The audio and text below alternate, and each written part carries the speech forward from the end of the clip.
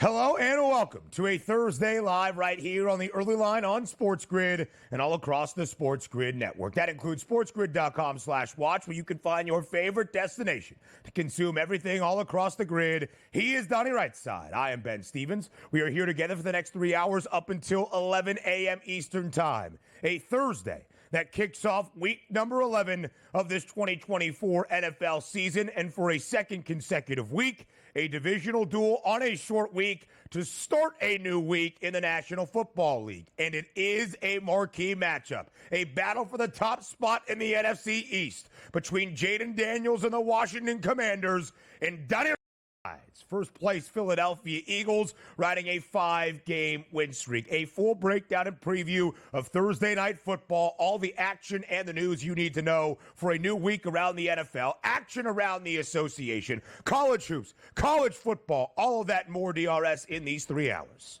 I cannot wait for this weekend's NFL action because Sunday at 1 o'clock, fantastic. Sunday at 4:25, fantastic. Tonight in Philadelphia, Ben, as the people say, this game is a marriage made in heaven, baby, as we kick it off early right here on the early line. Get ready, boys. We're ready to take off.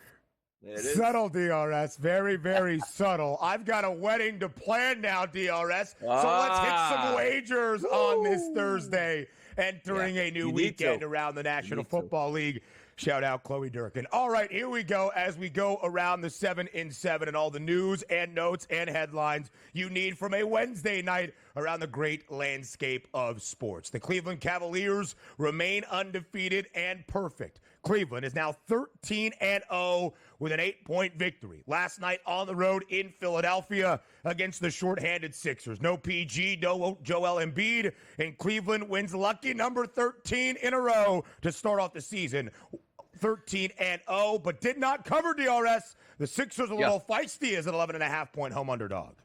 I really like the team total under 103.5 for the Philadelphia 76ers. They end up with 106, so it did get close. But my goodness here, sometimes you have to look through the darkness now in Philadelphia with the basketball, where it's Joel Embiid, okay, he's back, but he's going to sit back-to-backs. Paul George, you're trying to rest him so he doesn't get hurt. You're now 2-9, but your first-round draft pick last year out of Duke, which some people question that move, he's been sensational, Ben. And we're talking about Jared McCain, 38 minutes, shot 26 times, 6 of 13 from 3, and 34 points. He's been on one here. Once Maxey comes back and George is healthy and Embiid is healthy, this guy is going to be a great rotational player. So, yes, the Sixers are troubled right now, but I think they found a gem in round number 1 last year, Ben. And 10 dimes as well, DRS. A double-double for Jared McCain, the dancing man in Philadelphia, keeping the Sixers more competitive perhaps than expected. Cleveland has still covered in 9 of its 13 wins to start this year, the 13-0 mark, the best since the Golden State Warriors back in 2015, the 4th best by 7.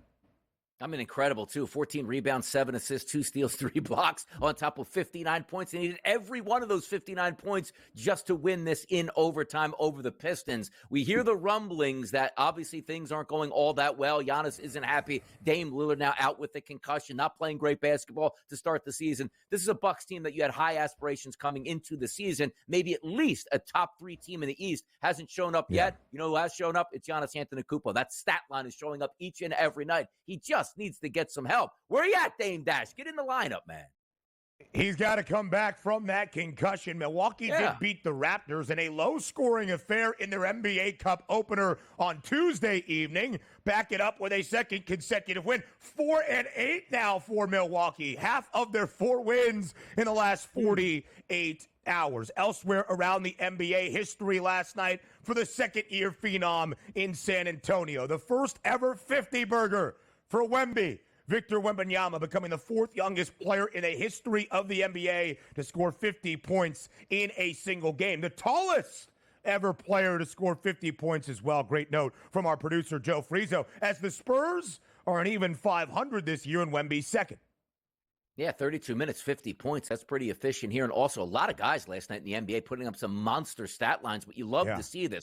The number one, you needed the victory. The Spurs get back to 500. You're supposed to beat the lowly Wizards, and that's what took place. But Wembanyama, you wait on that maturation process here where he's leveling up. These are the games that we love to see because there's been a couple games this year that he's played. It's like, hey, man, is he taking the next step? Is he taking a step back? You see this and you know there's a true superstar there. awesome stuff. Shot 29 times. And how about this, Ben? 8 of 16 from the floor. You open up the three-point line for a guy that big, everything works out in your favor. Also a career best, as you alluded to, DRS. 8 threes made by Victor Wembanyama. Career marks all around. And just a quick note, we knew there was a health situation with Greg Popovich. It was revealed he suffered a minor stroke earlier this month on November 2nd, but he is expected to make a full recovery. His return to the bench for San Antonio still remains to be seen, but some positive news, I would say, in terms of Pop's health. Now we go elsewhere in the NBA. The Lakers beat the Grizzlies at home, and LeBron James makes history. The oldest player, as we go from one of the youngest to the oldest, the Lakers win by 5 against the Grizz at home. The oldest player to record 3 consecutive triple-doubles, nearly 40 years old at the end of December. LeBron James in year 22, still doing it at the highest level. It's amazing. Like, he's going to be putting up statistics that will never be touched in the NBA. And we're not saying great players aren't going to come along and the scoring is high, but the fact that this guy's going to play 25-plus years in the NBA and still be as great as he is from day number 1 all the way up into his 40s is absolutely incredible. Another monster night for LeBron where he can hang that on the mantle. He's breaking his own records repeatedly. That's saying something. A 3-game win streak now for L.A., a perfect 6-0 at home, just that final tally for the 39-year-old, soon to be 40. 35 points for LeBron, 14 dimes, and 12 boards. Again, his third consecutive triple-double. Now a new week in the NFL begins tonight. Week number 11 on a Thursday in Philly. But for the rest of the weekend, some quarterback news. What's going on in Indianapolis? AR gets benched. It's Joe Flacco for the remainder of the season. Then they confirm it's still going to be Flacco, despite dropping 2 straight games. Psych! Anthony Richardson back as the starting quarterback for Indianapolis. There was a famous song, Ben, break up just to make up. That's what they're doing here. The kid just needed to sit down for a little bit here, Ben. That's all he needed to do. Get him back in the lineup. He lost 2 games. Now you got him focused. You wanted him to learn and take his job seriously, which he's doing now. And by the way, they beat the Jets this weekend with AR. How about that? Yep, they get it done. No doubt about it. Outright as a 3.5-point road underdog in MetLife. The Raiders are a full touchdown dog in South Florida against the Dolphins. The Raiders off a bye, still sticking with Gardner Minshew at the quarterback spot. Cool. Yeah, have to. I mean, it's got to. Somebody put it this way: somebody's got to play. You just got to have a raffle and bring guys out of the stands at this point for the Raiders. Yeah, they're drafting a quarterback come April. Will the Jets be following suit? Aaron Rodgers, quote, thinks he'll continue playing into 2025. He's less than 20 days away from his 41st birthday. Yeah, he's not giving out that money. And the Jets also, if Aaron Rodgers decides to retire, the great thing about the NFL, that still hits and accelerates on your salary cap. Jets, get ready. Aaron Rodgers season next year once again. He still wears the pants. More on the early line next.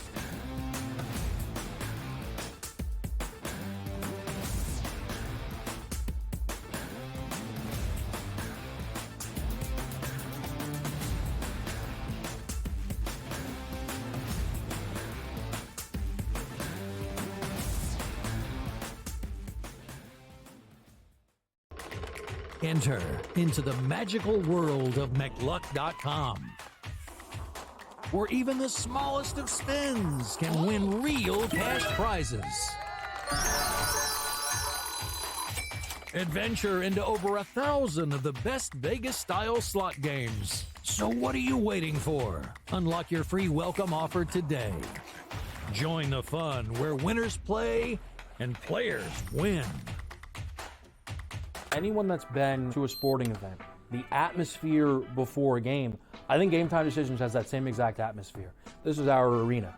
This is what we do. There is going to be an energy to Game Time Decisions that you will feel night in and night out. The excitement you get when you lock your bets in, when you're figuring out what you want to do, we can zone in on the biggest games each night. I want this to be the place that people come to before the games start so they feel as ready as possible to lock in their cards. We are going to hit every single one of those markets that you need to know about. We're going to go through every single thing, and I've got a great team behind me that's going to help me get the job done. There is not going to be a better place, I promise you, than Game Time Decisions to get that new information, react to it, and be able to then bet accordingly. We will have everything at our disposal, and we will use that to our advantage.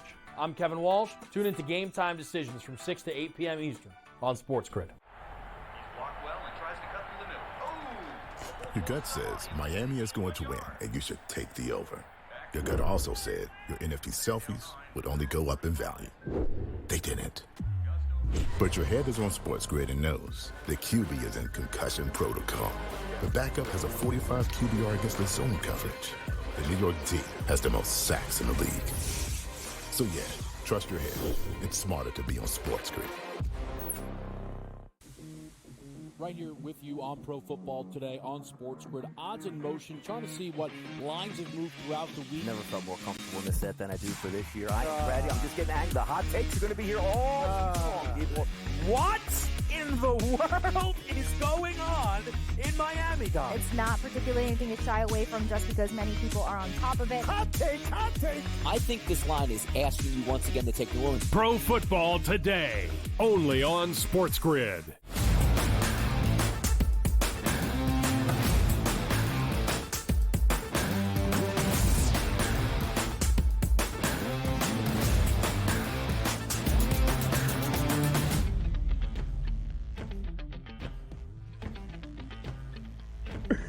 Lucky number 13 last night around the association as the Cleveland Cavaliers continue their historic start to this 2024-25 NBA campaign. We go all around the association bright and early on this Thursday, looking back on a pretty full Wednesday night in the NBA following the opening night of NBA Cup action on Tuesday. For the Cleveland Cavaliers, DRS, now a perfect undefeated start at 13-0.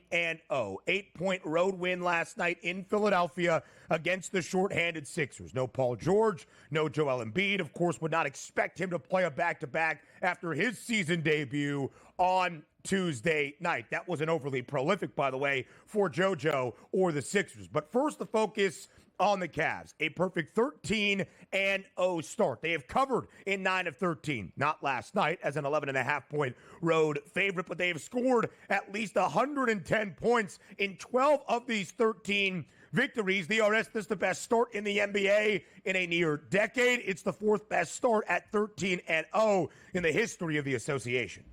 Yeah, this is a team that we were waiting on for the past 2 to 3 years to really show that moxie because the talent, no doubt, is there. Maybe it's just the head coaching change, which has them going in the right direction. But I do want to start here, which is something that's just an issue with the NBA.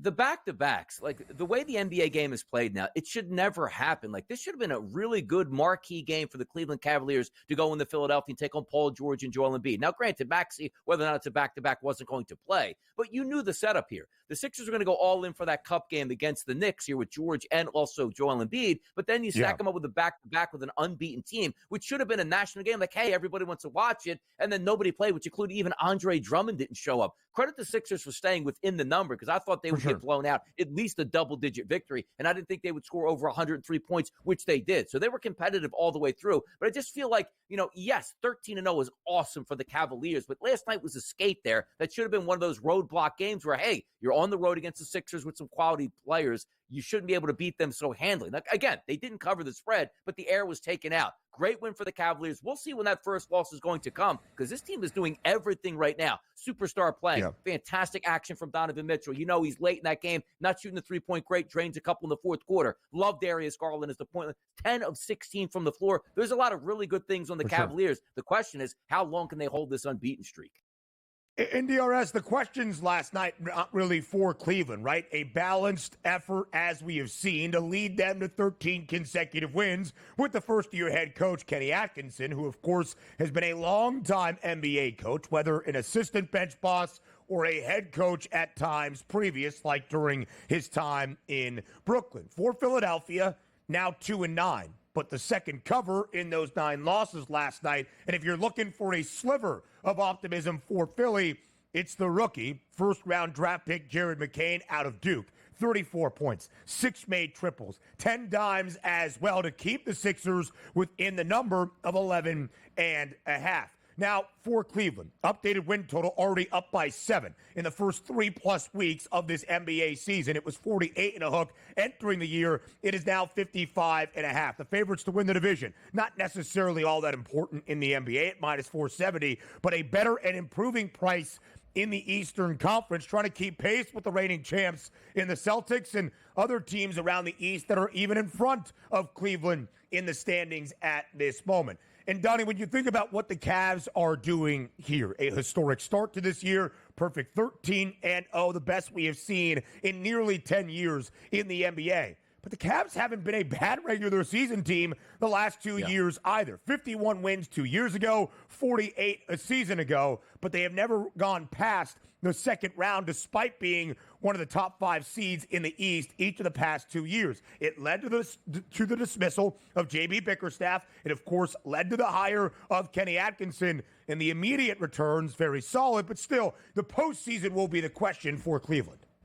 Absolutely it is. And also, you do have some quality wins on that schedule already so far. You knocked down the Knicks, you knocked down the Lakers, you beat the Bucks twice, who, again, aren't a great team record-wise, but you know the end of the season, they're going to be a problem in the East. And also the Warriors, which you beat 136 to 117. So it's not as if it's like, hey, we're running and hiding, and sooner than later we'll get our comeuppance. They've actually been pretty good. We'll see how long it goes, because on the 19th, they're going to be at the Celtics. Maybe that's that real test here where the Garden is going to be ready for that up in Boston. Yeah, absolutely so, and that will be a huge game for the Cavaliers. Are they going to start 25-0 like the Warriors did in 2015? Are they going to go 82-0? Probably not. Absolutely not. To the second question in that hypothetical situation. But DRS, in terms of what Cleveland is doing, they're trying to catch Boston. The Celtics still the short favorites in the East. The Knicks in front of them, despite being sub 500 at this moment. In fact, the Cavs, who are perfect, the Celtics, the reigning champs, and now the Magic with a win last night for Orlando. Those are the only 3 teams above 500 in the Eastern Conference. Everybody else, at least a game below 500 or worse. So that plus 850 price on the Cavaliers, third best in the Eastern Conference at this moment. Perfect for the Lakers, not overall this season. LA is 7-4. But a perfect 6-0 undefeated mark at home in Los Angeles. 128-123, the victory for LeBron and company last night. And LeBron and company is very sound. Now, the Grizz do cover as a 7-point underdog. They're 3-1 ATS, booked as an underdog 4 times this year. But again, history for Cleveland on this start. History for LeBron James. 35 points, 14 dimes, 12 rebounds for the near 40-year-old, becoming the oldest player, obviously, in NBA history to record 3 consecutive triple-doubles, and the Lakers have won all 3 games. Yeah, he's been really impressive. Played 37 minutes last night. Always the question with LeBron James is coming into last year, like, hey, we're going to take it a little bit easier on you this year so when we get to the playoffs, you'll be healthy. Well, you needed LeBron James like 40 minutes every night just to try to even make the playoffs here. Same thing's happening this year. We'll see how long he can hold up, because Father Time does catch up to you literally with those injuries, soft tissue, bruises, bumps. We get that. But yesterday, you had a great performance out of LeBron James, Ben, but also that starting lineup, 21 points out of Davis, Hachimura, 19. LeBron obviously with 35, Austin Reed with 18. And how about Dalton Connect off the bench? Perfect from three-point range, 5 of 5, 7 of 8 from the floor, and 19 points. Like the balance on the Lakers from what I saw last night.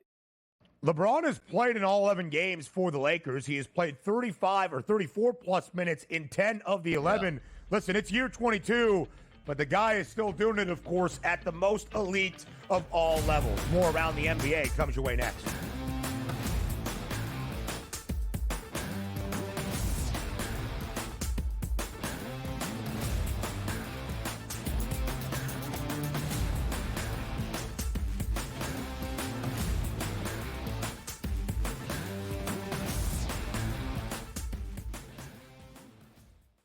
Sharpest football contest show in the land. The Las Vegas Football Contest Show focuses on Circus Sports Million, Circus Survivor, and the Westgate Super Contest, handicapping the games and releasing our contest picks every week of the season. With 2 former Super Contest winners, Brady Cannon and James Salinas, a former NFL player, Mike Pritchard, and over $1 million in contest prize money won combined, the Las Vegas Football Contest Show will have you prepared this season like none other. We live in a society right now where everybody's a snowflake, everybody's a cupcake, and everybody thinks that nothing is fair. Everything is like, it's not fair. We should have a better chance. We need more. You know what? I'm old enough to remember when you needed to have a perfect goddamn record to win a college football championship. That's the way it was. 11-1, too bad. Sports Rage tonight, only on SportsGrid. My grandma Bear, who owns the football team, probably comes in, gives a little, "Oh, man, you're such a good little boy out there. Congratulations, the way you coach this football team. I'm never going to fire you." Totally, I missed you pinching your own cheek as I was that's what looking your down grandma and did does, not right? know we were getting. "Oh, Donnie, you got such a good show there with that guy named Ben." Like, that's what your grandma will do to you when you go see her on Thanksgiving or Christmas, The Early Line, only on SportsGrid. Together, both Devontae Adams and Garrett Wilson had huge nights. Aaron Rodgers loves the two big targets, and he says if this is going to happen, it's going to be very tough on the defense to decide who they want to go after. Adams and this kid, Wilson, I won't deny what they can do, but nobody else does jack. Pharrell Coast to Coast, only on SportsGrid.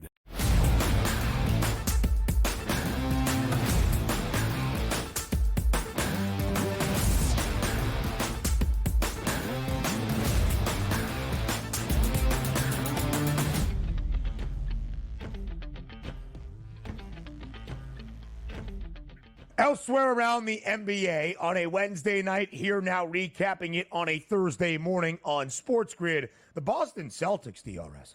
What a weird game it was. Of course, they are the NBA champs, the reigning champs with banner number 18. They're the short favorites this year to go back-to-back. They were the short favorites entering the NBA Cup, the in-season tournament starting for a second consecutive season on Tuesday night. And Donnie, in their group, it is going to be a little bit difficult because the undefeated Cavaliers are there, but at least Boston's NBA Cup opener expected to be a breeze. 16-point favorite against the Atlanta Hawks. The lowly Hawks who can't cover a number to save their lives. They got beat, that being Boston, by the Hawks on Tuesday. So how would they bounce back on the road in Brooklyn? It was a slow start, but ultimately the Celtics were triumphant. Big 25-point win behind 36 points from Jason Tatum. 139-114. The C's cover as a 9.5-point favorite in BK, which has not been easy, Donnie, because the Nets, as an underdog entering last night, 7-1 against the spread. Not last night, though, at home against Boston. Yeah, the fact that Jason Tatum must have went into the offseason and really worked on his three-point shot and has now knocked down 5 of 6 last night on a back-to-back when that was a road game, that's pretty impressive. But we know the Celtics overall shot 46 three-pointers as a team and made 48% of those three-point shots. That's incredible. The one thing I always like to look at on back-to-backs is the bench players. And some books will offer you those bench players to make three-point shots. Take a look at last night. Sam Hauser played 26 minutes, shot 10 three-point shots, made 4 of those. Peyton Pritchard played 36 minutes last night and went 5 of 9 from three-point range. The back-to-backs are so nice for some of those bench guys who get to play extended minutes to take extended shots, and it worked out yesterday. 139 points on a back-to-back in regulation. That's an unbelievable offense that the Boston Celtics have. And Donnie, you would expect perhaps because of some of the efficiency that Joe Mazzulla and his team operate with, right? They're going to hoist so many threes, but for the most part, they shoot it at a high percentage point. Boston would be an over team all the time. 217 and a hook, a minimal total last night. Because of the expected back-to-back, they sail right over that. Only their 6th over, though, of the year in 13 games, over in 2 consecutive, over against the Atlanta Hawks in the NBA Cup opener on Tuesday night as well. It has not been a pretty season for Milwaukee, and perhaps despite a win last night, that was represented in an overtime thriller against the Detroit Pistons. Milwaukee improves to 4-8. They also won their NBA Cup opener on Tuesday. Again, half of those 4 victories in the last 48 hours or so, but it was all Giannis Antetokounmpo. 59 points last night, personally outscoring the Pistons in that overtime session to lead Milwaukee to a victory, 127-120. Closing number on FanDuel, 7. Other spots, 7.5, depending on where you got that price, either a push or a Detroit cover last night. And they were getting hammered early in that game, talking about the Bucks. And also Cade Cunningham did drop 35 points. Very inefficient, though. Took 34 shots to get to those 35 points. But it is the Giannis Antetokounmpo show here in Milwaukee. He always wants to have guys around him trying to help out. And I guess it's Lopez at 29 points, Prince at 15, Lillard out in concussion protocol, Middleton waiting for him to come back. So he's just trying to hold that fort down, and we'll see if it works out. But there is a lot of rumblings there from both the head coaching position and also Giannis himself. Yeah, it's not been a great start to this year, of course. An underdog for Detroit now in 11 of 13 games. They are 7-3-1 rather against the spread. The Pistons more competitive this year than what we expected them to be a season ago. All Giannis last night, though. The New York Knicks now sub 500 despite a near 50 burger out of cat Karl Anthony Towns and having an opportunity at the horn to win. Jalen Brunson's game-winning attempt rattles just out. The Bulls do win in Madison Square Garden, 124-123. The Knicks, again, now 5-6. They have covered in all 5 victories, DRS, but they're just 5-6 straight up.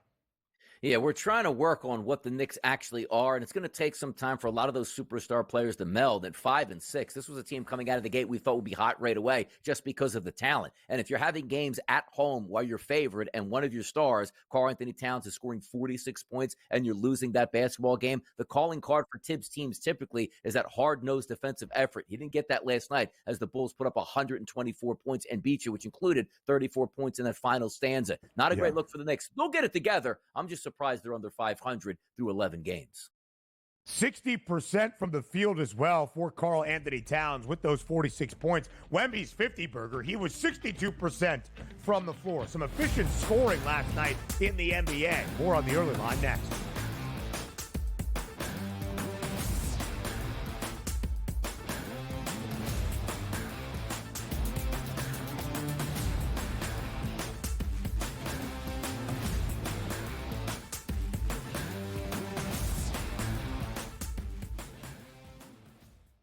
The sharpest football contest show in the land. The Las Vegas Football Contest Show focuses on Circa Sports Million, Circa Survivor, and the Westgate Super Contest, handicapping the games and releasing our contest picks every week of the season.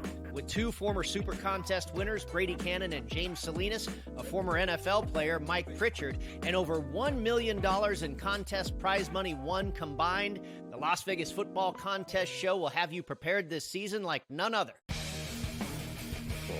We live in a society right now where everybody's a snowflake, everybody's a cupcake, and everybody thinks that nothing is fair. Everything is like, it's not fair. We should have a better chance. We need more. You know what? I'm old enough to remember when you needed to have a perfect goddamn record to win a college football championship.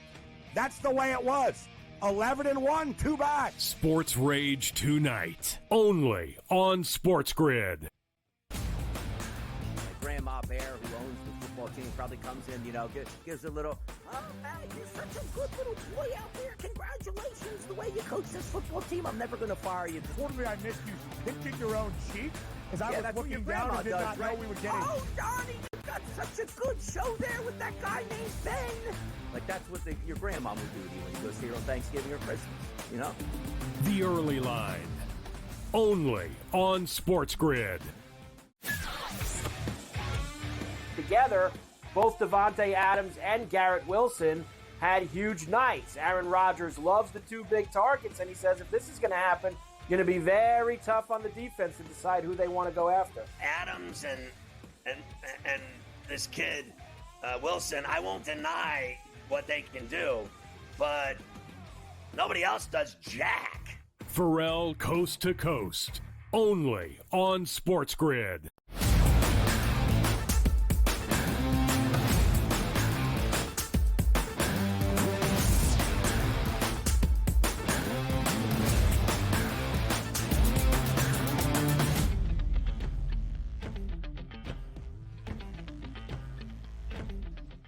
A Wednesday night around the country in college basketball, second full week of this 2024-25 season, now officially underway. The number 3 team in the country looking for 3 consecutive national championships. That's Dan Hurley's Huskies, and UConn off to a great start. Sure, they have not played anybody just yet, but with the way that they are rolling through competition, once again in non-conference action, UConn is certainly on that 3rd title defense. They have beaten Sacred Heart, New Hampshire, and Lemoyne. I get it. They have been booked as a 35-plus point favorite in every single game, and they are a perfect 3-0 against the number. All 3 games staying under. Last night, holding the Dolphins, who did cover against my Syracuse Orange, to only 49. A 41-point win for UConn. A perfect 3-0 DRS straight up. And again, the non-conference wagon that UConn has been, NCAA tournament or elsewhere in the regular season the last 2+ years, now 36-1 straight up with an average margin of victory at 24.9 points per game. They are a very difficult team to beat if they're not playing in Big East competition. And by the way, take a look at Hurley in regular season form already, living and dying with every referee call against Lemoyne here. It's kind of funny to watch, but that's just him. That's the way he plays out. Also, number 2, we had the Champions Classic the other night, which, you know me, I'm not a big basketball fan until after January. I loved it, watched it, bet it was so much fun. And then we go to nights like this and see nobody play anybody. I just wish, if you have the conference, Ben, you play, 20, 22 games, 24 games in conference play. Why can't we up that to 30 conference games and start it right off the bat? Because college basketball is so much fun, but this just puts that damper on it when I just see these bad basketball games where you don't play anybody for the first 10 games of the season. If we just got it underway where these big boys were playing on a night-to-night basis with really good games, it would be so much more fun at this point. That's my only beef so far. The Champions Classic, awesome. I'm like, ooh, what's next here? I looked at it yesterday, nothing. I look tonight, nothing. I just get upset with that. That's all. Listen, I understand. My only beef with non-conference scheduling in college basketball is the fact we don't see more marquee matchups early in the season.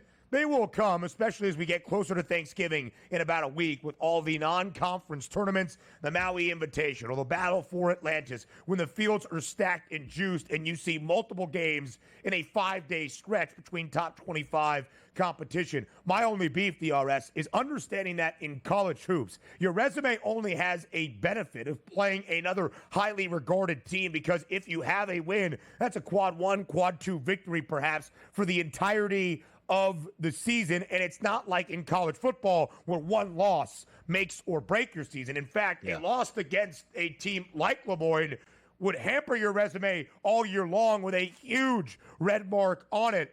Not necessarily the case, though, as we see it here. A good start for UConn. Elsewhere around the country, Auburn, now a top 5 team with a huge victory against Houston over the weekend. Kent State in football is 0-10. Kent State in basketball, a contender in the MAC, and Auburn dispatches of the Golden Flashes 79-56, winning by more than 20 points. This Auburn Tigers team, DRS, a fighting, scrapping bunch. They're going to be that way all year long.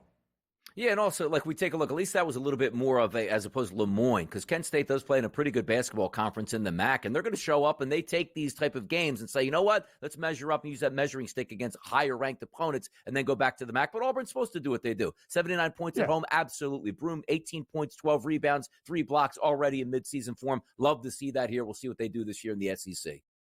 Janiah Broom, who was the SEC Player of the Year in the preseason, 18 points, 12 boards, like you mentioned. And he did not make a triple last night and was still 8 of 12 from the floor. A name to know, not only in the Southeastern Conference, but all around college basketball. Houston, after the loss to Auburn, bounces back 91-45. Still a highly regarded team that is going to be nails on the defensive side of the floor. Less than 50 points scored by Troy last night because of a good defensive effort out of John Calipari's Arkansas Razorbacks. They win 65-49.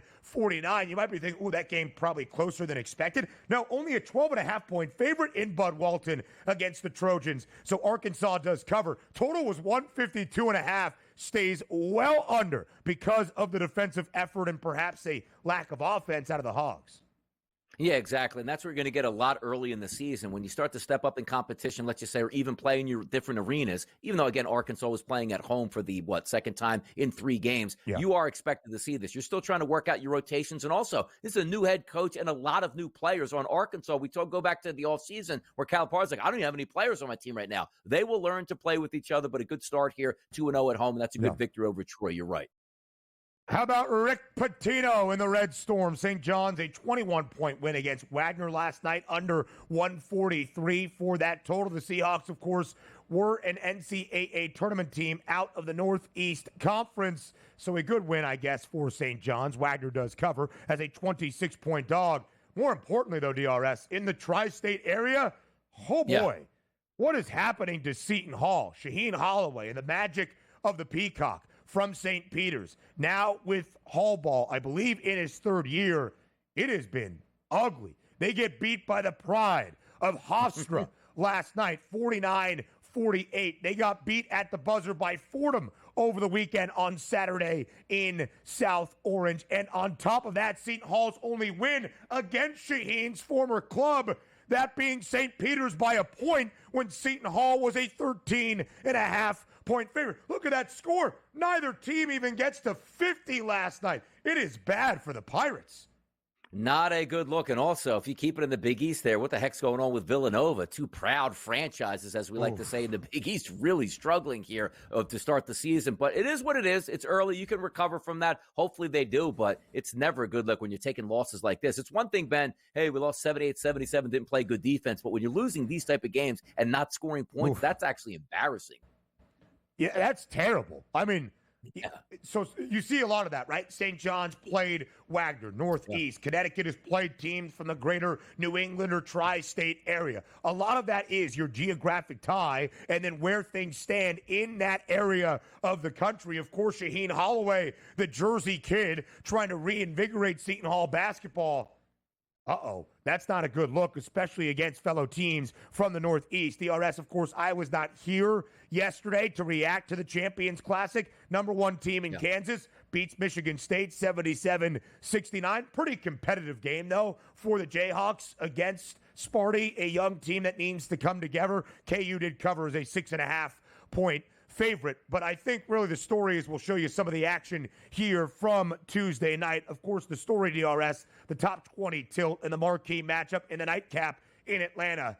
Kentucky, somebody tried to tell me not a top 3 job in college basketball. Well, if it's not, Mark Pope is doing a great job with not a lot of resources in funding, in belief in Big Blue Nation. 5-point victory against the Blue Devils. I would say it would be a difficult time, Donnie Rightside, to not have a national championship ticket on Kentucky. Kevin Walsh fully in. I'm in on the Cats as well. Bet it on the opening night of the year at 35-1. Make it 25-1 as Kentucky now one of the 10 best prices to cut down the nets in April.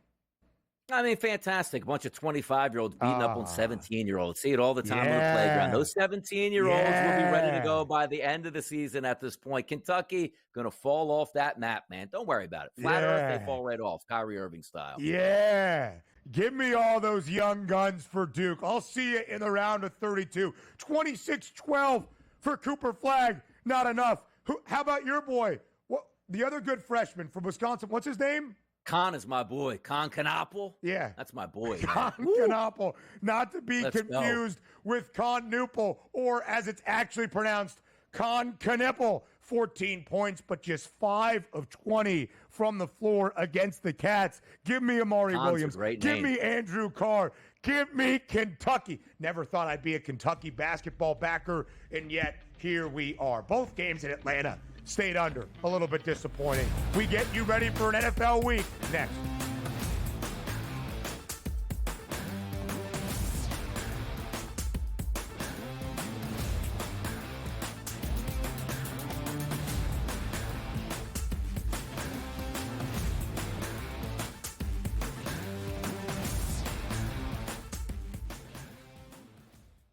The sharpest football contest show in the land. The Las Vegas Football Contest Show focuses on Circa Sports Million, Circa Survivor, and the Westgate Super Contest, handicapping the games and releasing our contest picks every week of the season.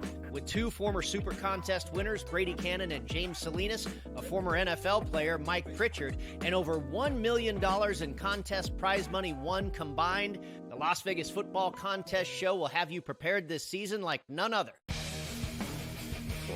We live in a society right now where everybody's a snowflake, everybody's a cupcake, and everybody thinks that nothing is fair.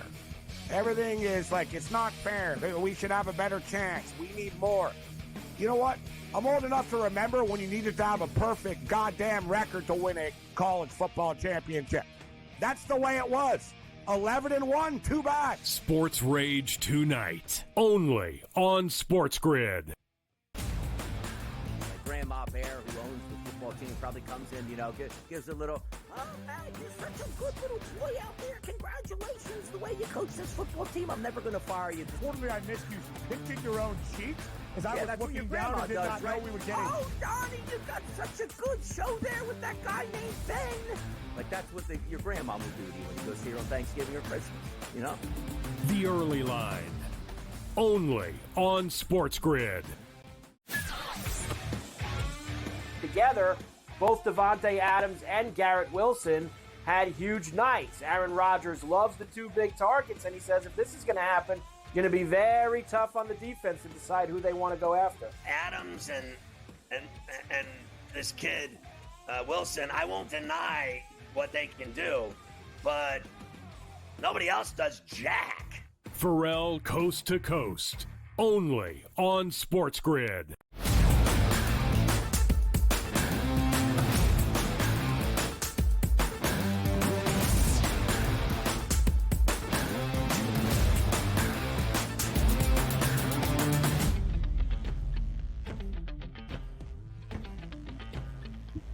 Live right here on the Early Line on SportsGrid. It is a Thursday. A new week of the National Football League starts tonight in Philadelphia. A preview of Thursday Night Football in our second hour. Full-blown breakdowns on this Thursday to get you set for a great debut of week number 11. But DRS, Thursday also means that yesterday, for everybody playing on Sunday, was the first full day of practice. Guys back in the facility, on the practice field, and more meetings with the media, which is really interesting in Indianapolis. Because after the loss on Sunday, the Colts not really all that competitive at home in a game some expected them to be against the Buffalo Bills. Joe Flacco's second consecutive start, taking over for the non-injured Anthony Richardson, just the poor performing AR. They've dropped both. They did not cover as a dog in either. Shane Steichen did tell the media they're still sticking with Joe Flacco. And then 48 hours later,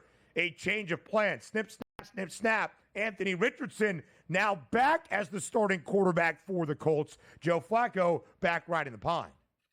I love this. This is a great move, and it's a sign of a healthy organization, which I told you 2 weeks ago. Something wasn't working right with Anthony Richardson as the quarterback. We know he's talented. He was a high draft pick, and technically, you're not really going to go anywhere with Joe Flacco. But Shane Steichen made the move that basically told us, hey, kid, you are so talented here. You just can't ride the coattails of talent and get away with it. This is professional football. You got to do the work. You got to be the first man in and the last man out. Now, they didn't say that, but every time I appear Pro Football Today or even on this show as well, I said something is amiss with Anthony Richardson. It's not necessarily that he's not playing good football, which he wasn't, but the team wants to show you being the franchise guy and leading the way by example. And I said he wasn't doing that. And again, they didn't admit that. But now we see quotes like Anthony Richardson saying, quote, I think these 2 weeks have definitely opened my eyes and allowed me to take a deeper dive and look into myself and see what I'm made of. So I'm thankful for these past 2 weeks, and I'm low-key thankful that it happened. I love this because this means that, hey, kid, you're going down the wrong direction. Not off the field, Ben, just like chalk talk and being in the meetings and watching film and having it translate to the field, which you had to get a retrospect. You know what?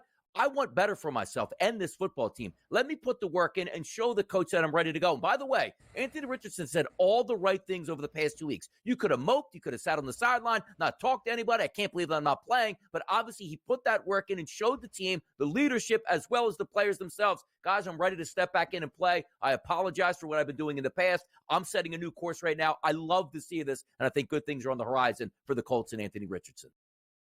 5 total touchdowns, but to 7 interceptions, 4 through the air. He did score on the ground in Indy's season opener, a close loss to the Houston Texans. He has not found pay dirt since. Again, he's also only played 5 full complete games this year. He only played in 4 games, 2 fully a season ago in his rookie campaign. We said it, Donnie, for this Indianapolis team that was flirting with an 8.5 win total entering the 2024 season. It was de facto AR's rookie year once again because he needed to develop. And one of the things that any draft evaluator and scout will tell you, and it's not something that is overly groundbreaking, is that if you struggle to complete the football and show efficiency in college when those windows are so much more open than in the National Football League, that is not something that generally improves in the NFL. And that's been the case. Anthony Richardson's only full year as a starter at Florida, 53.8% completion percentage. This year, the completion percentage is 44.4%. It is not good whatsoever. In his NFL career, his completion percentage is sub 50. That's the number one thing that has to change. Not the arm talent, not the arm strength, not the athleticism. Donnie, I think Shane Steichen has to incorporate the offense around him. But when Anthony Richardson starts on Sunday in MetLife against the New York Jets, and by the way, I agree with you, love the Colts plus 3.5 entering that game on Sunday. I want to see Shane Steichen and Indy make sure Anthony Richardson gets in a flow early. Screen pass, short passes. Get him in a rhythm so that his closing stat line is 18 of 26 or 14 of 22, something of the sort. So it just looks better because that promise has to be there and now has to be there right away.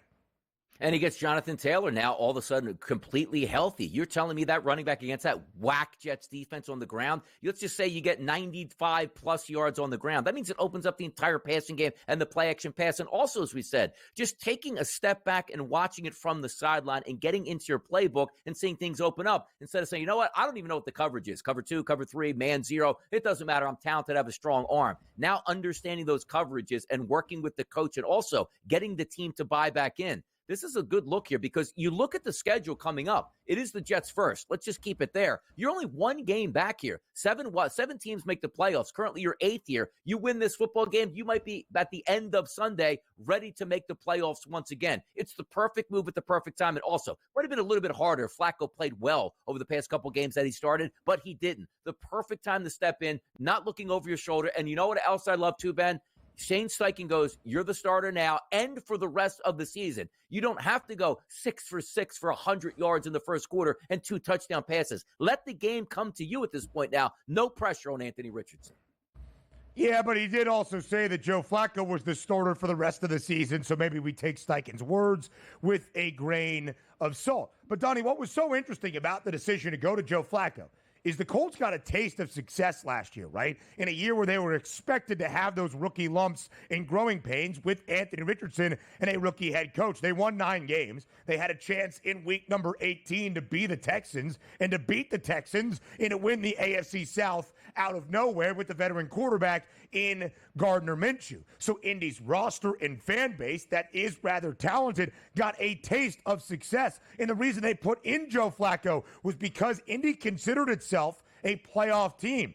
They didn't look like it. Flacco wasn't the guy we saw lead Cleveland to the postseason a year ago. He was barely slinging the thing, which is what I thought bare minimum Joe Flacco would provide to Shane Steichen's offense. It was all a very confounding situation. I hope the best for Anthony Richardson because the guy is talented and really can do it, but you got to see the efficiency and accuracy, again, right away against New York. Yes, you do. And I don't know if it's, look, sometimes you have those cobwebs of nervous getting back in, but I think you're going to get the best version of Anthony Richardson against a wounded team. That is a superstar defense that's playing at a bottom of the barrel level. Don't let them get up off the carpet. If he's athletic in this game and he's on early, they should be able to take that fight right out of the New York Jets. Plus 210, the price on the Colts now to see the playoffs. We shall see. More around the NFL next.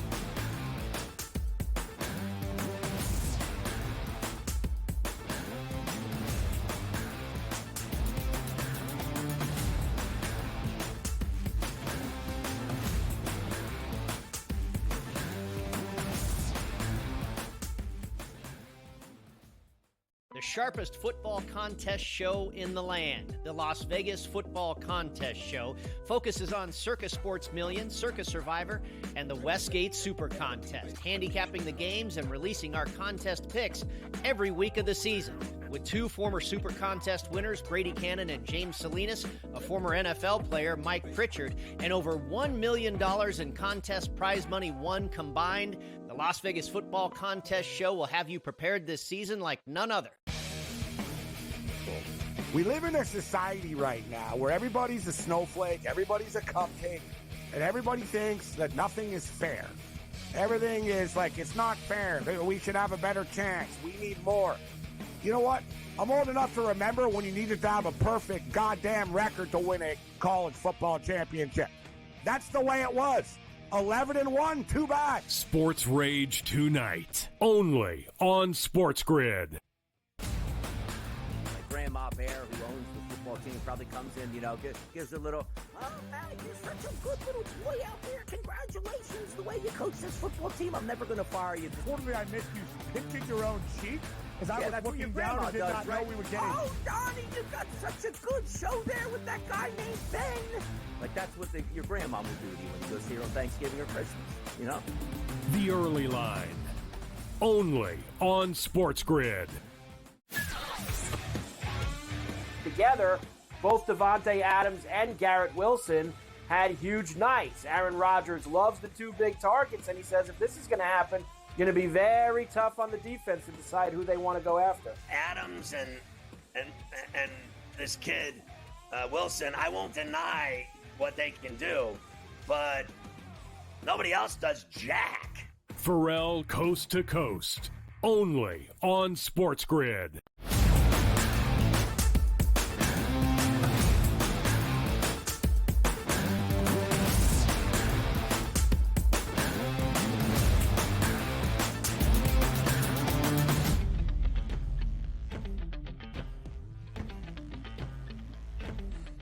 Live right here on the Early Line on SportsGrid. Again, a new week in the National Football League starts tonight in Philadelphia. Your Thursday night preview starts in hour number 2, but just, of course, all the messages and the news and notes that you need from a new week in the National Football League. Injury update yesterday in Duval County. Doug Peterson telling reporters that Trevor Lawrence will be out again this week, dealing with the upper body injury that is now confirmed to be a shoulder injury. Optimistic that he can play after the bye week. Donnie, this is not great news, of course, for the Jaguars. Not sure it really matters for a franchise that is 2-8 this year, and Doug Peterson knows that whether Trevor Lawrence is healthy and they start to win a few games or not, he's probably going to be looking for new employment next season.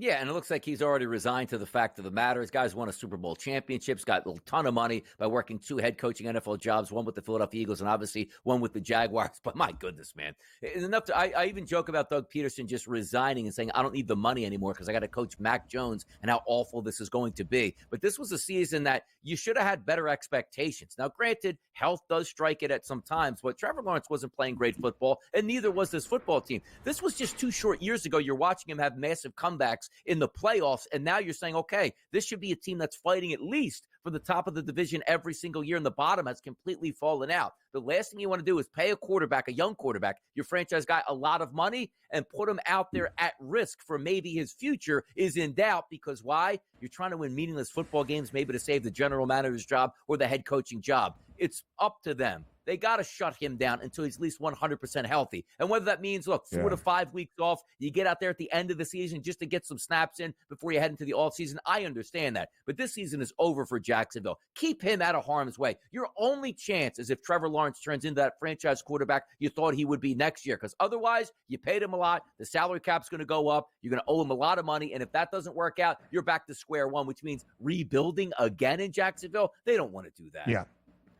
Listen, a wasted season is what we are calling the season outlook for Jacksonville the remainder of the way. And it is completely the right case. Jacksonville is 2-8. You know what's interesting, DRS? They've actually covered in 4 consecutive games. They are 6-4 against the spread this year. They've covered in 3 straight as an underdog. They kept it closer last week than we expected because they picked off Sam Darnold 3 times. a weird game in Philadelphia that they covered by more than a touchdown, or as more than a touchdown underdog. But it wasn't about being an underdog overcoming odds. It was a Jacksonville team expected to flirt with an AFC South division once again. That was the thought. The Texans were the team on the come-up. Now the favorites, the Hunties, no longer the Hunters. Because around this point last year, in fact, at the end of Week 12, Jacksonville was 8-3 before Trevor Lawrence got banged up down the home stretch. They dropped 5 of their final 6, allowing a team like the Texans to come out of nowhere and take the AFC South. You see the expected win total, 8.5, a very short plus money price on the outside, but expected to be a playoff contender in the AFC. Donnie, I feel like a fool slightly. I bet Jacksonville to win the AFC South before this year. It's not like Houston's running away with it or has looked picture perfect throughout the entirety of this season. It's just they're not really getting a test from anybody else around this division.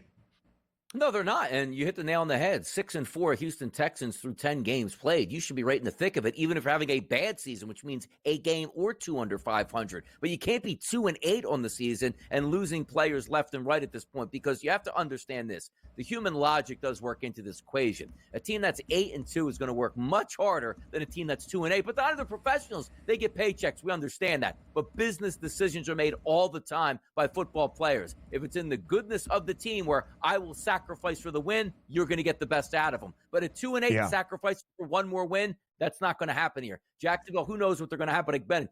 Mac Jones is terrible. Like, you can't even get excited. Hey, Mac Jones, former, first-round draft pick. Let's see what he has. He has nothing, Ben, at all.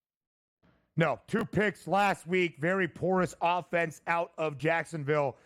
They're a 13.5-point dog in Detroit on Sunday. The Lions are a wagon. The Lions did not cover last week for the first time in any of their 8 victories. Would you lay 13.5 with Detroit against the Jags? I would, because some other outlets, Ben, are already at the 14 and 14.5. So you're getting a steal here at the FanDuel Sportsbook if you want to climb in there on the Lions. How about that? Maybe a first-half number, Detroit laying more than a touchdown if you expect them to blitz them from the very beginning. Listen, man, it's difficult. And I feel for Trevor Lawrence, who is going to enter his 5th NFL season with more than likely his 3rd head coach. Never a recipe for success. Hour number 2, a Thursday night preview next.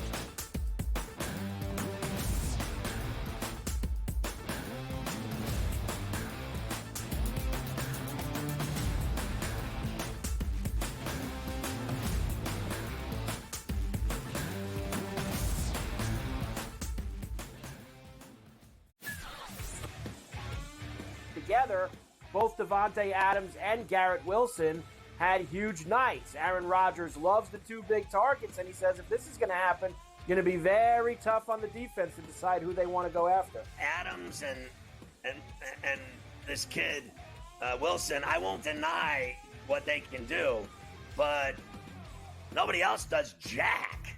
Pharrell Coast to Coast, only on SportsGrid. We live in a society right now where everybody's a snowflake, everybody's a cupcake, and everybody thinks that nothing is fair. Everything is like, it's not fair. We should have a better chance. We need more. You know what? I'm old enough to remember when you needed to have a perfect goddamn record to win a college football championship. That's the way it was. 11-1, too bad. Sports Rage tonight, only on SportsGrid. Grandma Bear, who owns the football team, probably comes in, gives a little, oh, man, you're such a good little boy out there. Congratulations. The way you coach this football team, I'm never going to fire you. Totally, I missed you pinching your own cheek as I was looking down and did not know we were getting. Oh, Donnie, you got such a good show there with that guy named Ben. Like, that's what your grandma would do to you when you go see her on Thanksgiving or Christmas, The Early Line, only on SportsGrid.